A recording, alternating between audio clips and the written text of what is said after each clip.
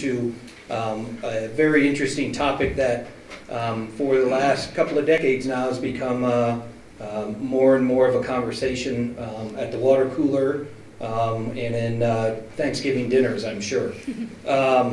It's my pleasure to introduce our two debaters. I will start with Trent England, who serves currently as the Executive Vice President at the Oklahoma Council of Public Affairs, where he is also the David and Ann Brown Distinguished Fellow, and he directs the state Save Our States project.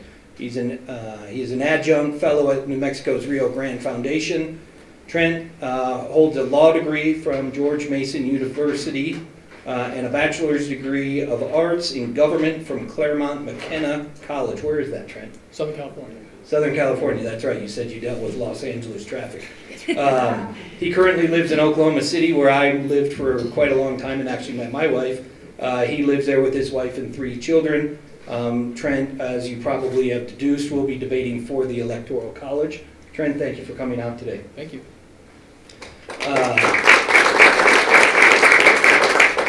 Kyra Ward has a bit of a home team advantage, but that's okay. She's lived in Aspen for 6, 7, how long? Since I was 10. Since you were 10. So Kyra is a graduate of the University of St. Andrews with honors in international relations and economics. That's a mouthful. A lifelong debater, she was one of the only people to double qualify for the Parliamentary World Debate Tournament in high school. And in college, she followed that up by becoming the first place speaker at her first year at St. Andrews Maiden Debate. That's very impressive.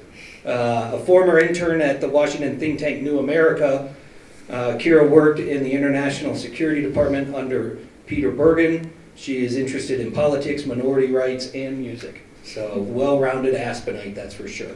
Kyra, thanks for, as Jennifer said, coming in and filling in on short notice on this. So with that, we will start with a poll of the audience first to see how this is going to go. I would like to see by a show of hands, who prefers the national popular vote? All right, so that's a good number. And I will assume the rest of you, but please by a show of hands, who prefers the Electoral College, the current version that we have? Wow, there we go. All righty. Well, with that, I think we will start with the inevitable question, and I'll let Trent, or I'm sorry, we have opening statements, and then I'll get into my litany of questions. We're going to let each person here have a quick opening statement about what they believe in and why. Kyra, since she is the home team person and had to fill in so quickly, Kyra, will let you start with the MVP. Thank you so much, and I'm so happy to be here, even if I might be a little nervous. So I want to start with a quote, which is, "The surface of American society is covered with a layer of democratic paint, but from time to time we can see the old aristocratic colors breaking through." That was done by Alexander de Tocqueville in his novel Democracy in America back in 1835, but I think we can still take some of that when we talk about these issues today. So to understand, or when I was trying to understand the debate around the Electoral College, I found it necessary to break it down into sort of the 3 main reasons why the framers created the Electoral College the way they did, and maybe why those reasons have changed for our society today. So the first is sort of the least relevant reason that we're going to be talking about, which is that it had to do with the electors. And the electors were considered the most knowledgeable people to find the candidates for president, which is also why the electors had to live in the capitals of each of the states. So if the president died the day he was supposed to become president, you wouldn't have to send a horse to both Toledo and Columbus, Ohio. You just have to send it to Columbus, Ohio, so that the elector would know that that happened. But clearly, with the scope of the dissemination of media that we have in our society today, this idea is sort of ridiculous. We can figure out everything within a 24 news cycle, and there's not one person who is necessarily more informed than anybody else in our political system, and I think we pride our public on knowing this and voting. So the second is definitely the more applicable problem that we're faced with, and that's the idea of the hegemony of political decisions by the largest states in the Union. This argument is also where the current debate around the Electoral College is framed. If the coasts have the largest percentage of the population, then why do we need to care about the rural states when electing the president? The states that provide the heartbeat, the food, and the sustenance to our great nation as we know it today. But I find this to be a bit of a misnomer. First, at least coming from Scotland, I found that there's always these divisions that are created in our country for no reason. The coasts contribute a massive amount to the economy and culture of our great nation in the same way that the rural states do. And the argument of rural versus urban undermines the connection that we have with each other as Americans. Neither group should have their social values be overrepresented within our political system.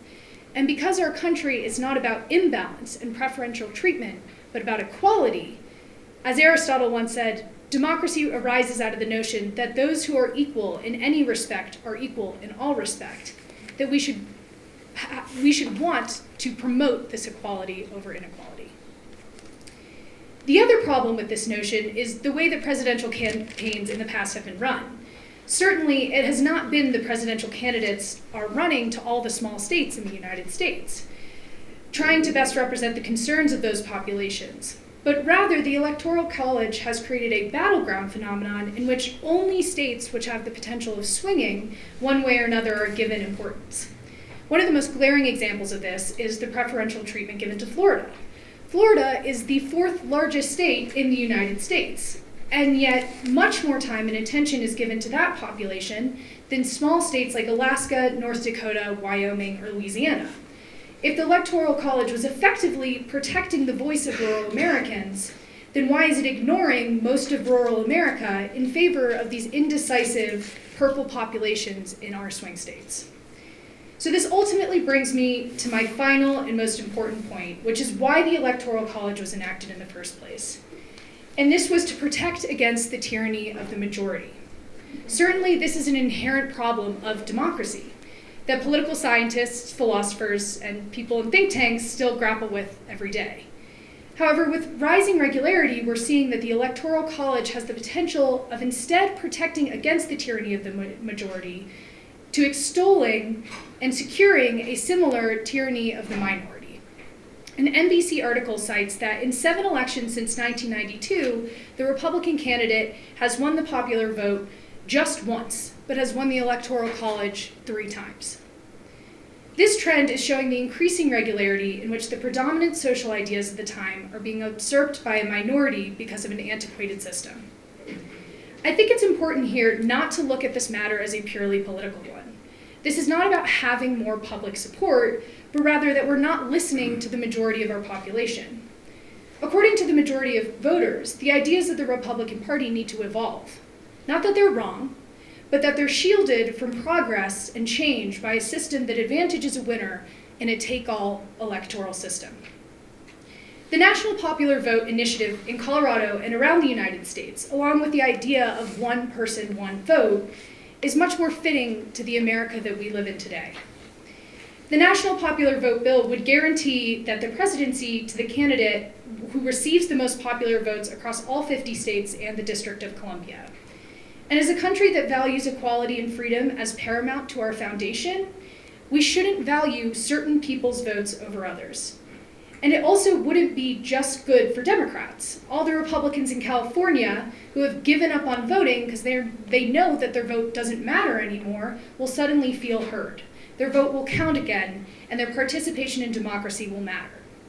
There's a reason why voter turnout is 50% greater in swing states than it is in heavily red or blue states. So there is no doubt that the Constitution is one of the greatest political documents in the world. But it was not written in stone, and even the writers guaranteed that it shouldn't be by allowing space for amendments.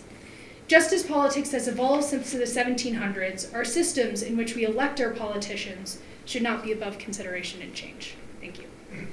Thank you.